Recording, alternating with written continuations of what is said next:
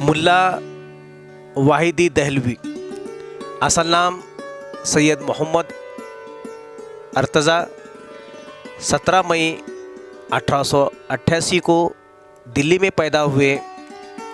ख्वाजा हसन निज़ामी ने उनका नाम मुल्ला वाहिदी रखा और इसी कलमी नाम से वो लिखते रहे।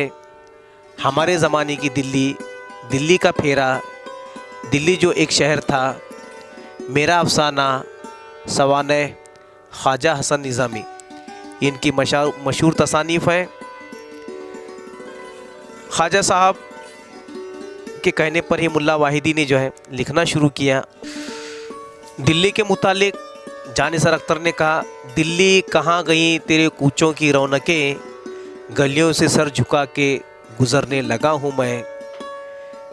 तो दिल्ली की अपनी एक जो शान हुआ करती थी, तो मुल्ला वाहिदी ने जो है एक सबक लिखा, चचा कबाबी दिल्ली वाले। तो आप गौर से सुने। जामा मस्जिद की फुलवारी वाले चबूतरे के नीचे पड़ी पर जहाँ कोई और दुकानदार नहीं बैठता था, शाम के 5-6 बजे एक कबाबी साहब दुकान लगाया करते थे और रात 12-1 बजे तक कबाब बेचते थे। उनका नाम मालूम नहीं, चचा कबाबी कहलाते थे।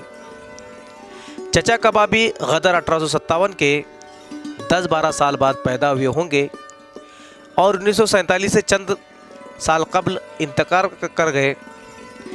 दिल्ली के सीख के कबाब और गोले के कबाब मशहूर हैं।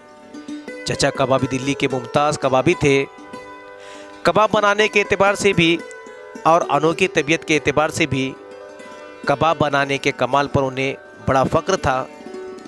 और तबीयत का अनोखापन तो इससे आया है कि वो अपने लिए वो जगह इंतखाब की थी जहाँ गाहक को आना हो तो जामा मस्जिद के जुनूबी दरवाज़े की तरफ के दसियों कबाबियों को छोड़कर आए।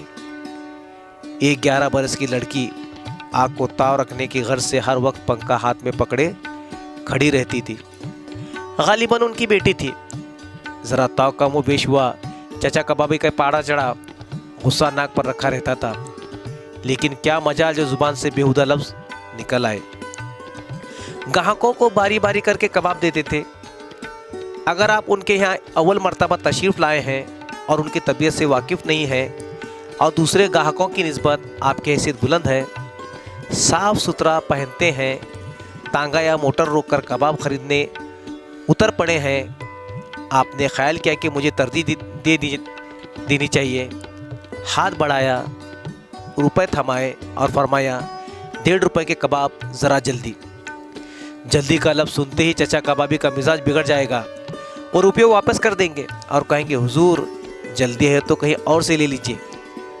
एक रोज़ एक जिंदा दिल से चचा कबाबी से उलझ गए।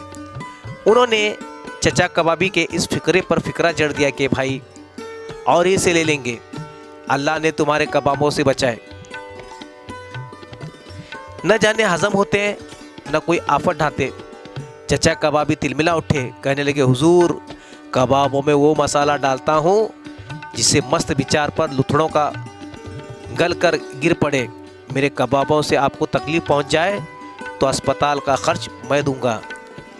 लेकिन कबाब जल्दी नहीं दे सकता। जल्दी में कबाब या कच्चा रह जाते हैं या जल जाते हैं और दूसरे ग्राहकों का हक भी छीनता है। जो पहले आया कबाब उसे पहले मिलने चाहिए। चचा कबाबी दोस्त नहीं बर्दाश्त करते थे और अपने उसूल के मुकाबले में ताल्लुकात को भूल जाते थे।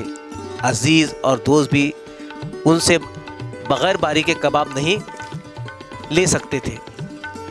आप जाइए, उनको सलाम कीजिए, जवाब देंगे, वालेकुम अस्सलाम रहमतुल्लाहि बरकातहू। पानों के डिबिया सामने बेतकल्लुफ़ पान खा लेंगे, लेकिन नामुमकिन है कि सलाम या पान से चचा कबाबी पिघल जाए। कबाब बारी पर ही देंगे। एक दफ़ा मेरी मौजूदगी में 13-14 बरस का एक लड़का आया और बोला, 4 पैसे के कबाब दे दो। चचा कबाब ने कहा, नहीं भाई, मैं तुझे कबाब नहीं दूंगा। अब वो लड़का सर झुकाए हो रहा है और खुशामदी कर रहा है। चचा कबाबी इनकार पर इनकार किए जाते हैं। जब बहुत देर इस हुज्जतबाजी में गुजर गई तो किसी ने हिम्मत करके पूछ लिया, चचा क्या बात है, उसे कबाब क्यों नहीं दे रहे हैं? कहने लगे, मियाँ ये पैसे चुरा कर लाता है, घर से लाता हो या कहीं और से, रोज़ 4 पैसे के कबाब खा जाता है यहीं बैठकर। देखो ना उसकी सूरत, जा बेटा जा, आदत कहीं और जाकर बिगाड़।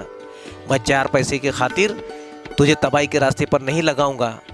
मुझे यकीन नहीं है कि तेरे माँ बाप 4 पैसे रोज़ तुझे कबाब खाने के वास्ते देते होंगे। जो लोग उनकी दुकान पर ताज़े और गर्मा गर्मा कबाब खा लेते थे उनसे खुश होते थे। पैसे थमाए और बता दीजिएगा, ऊपर जामा मस्जिद के दालान में इंतज़ार कर रहा हूँ, कबाब भेज देना या आवाज़ दे देना। ऐसे लोगों के कबाब घी से बघाड़ते, कबाबों में भेजा मिलाते, प्याज पुदीना और हरी मिर्चें छिड़कते और अपने आदमी के यहाँ पहुँचा देते, अपने आदमी के हाथ से पहुँचा देते। अल्लाह बख्शे मौलाना राशिदुल खैरी को चचा कबाबी के हाथ के कबाब बेहद मरगूब थे। वो मेरे साथ होते तो मैं भी जामा मस्जिद चला जाता और वहीं कबाब मंगवा लेता था। ताज़े कबाबों की बात ही कुछ और होती है।